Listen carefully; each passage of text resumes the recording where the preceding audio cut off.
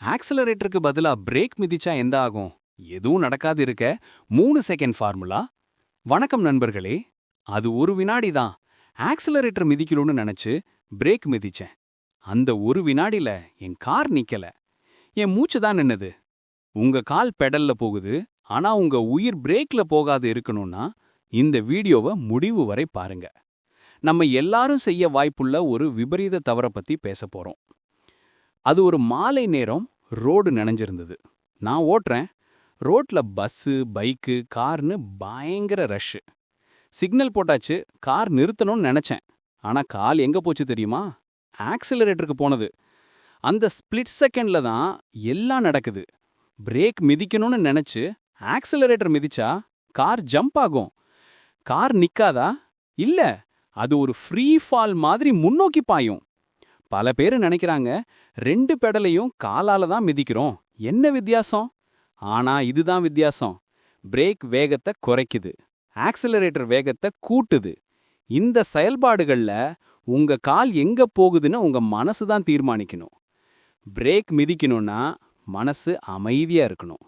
Accelerator மிதிக்கணும்னா தீர்மானம் தெளிவா இருக்கணும். மனசு குழப்பமா இருந்தா காலும் குழப்பம்தான். அதனால தான் ஒரு பெடலுக்கு பதிலா இன்னொரு பெடலை மிதிச்சு விபத்துகள் நடக்கின்றன.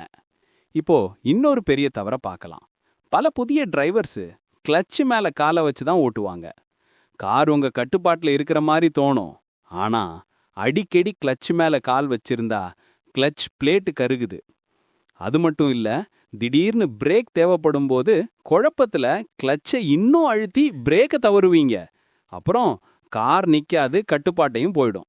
அதான் கத்துக் கொடுக்கணும்.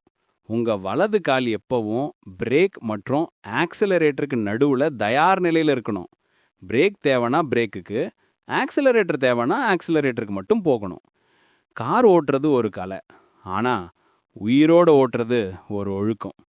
நீங்க பயப்படாம ஓட்டணும்னா ஒவ்வொரு டர்னையும் ஸ்லோவா ஸ்டெடியா எடுங்க.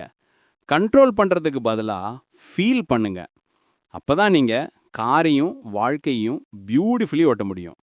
பிரேக், ஆக்சிலரேட்டர், கால், மனசு எல்லாம் ஒரே ரிதத்தில் இருந்தாதான் வாழ்க்கை சீராக ஓடும்.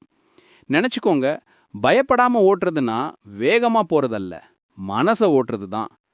அந்த லெசன் கத்துக்கிட்டீங்கன்னா ரோட்லையும் வாழ்க்கையிலையும் எப்பவும் சேஃப் தான். இந்த ட்ரிக்ஸ் உங்களுக்கு பயனுள்ளதா இருந்தா மறக்காம லைக் பண்ணுங்க. உங்க பயத்தை பத்தி கமெண்ட்ல சொல்லுங்க. மேலும் பல டிரைவிங் பாடங்களுக்கு சப்ஸ்கிரைப் பண்ணுங்க.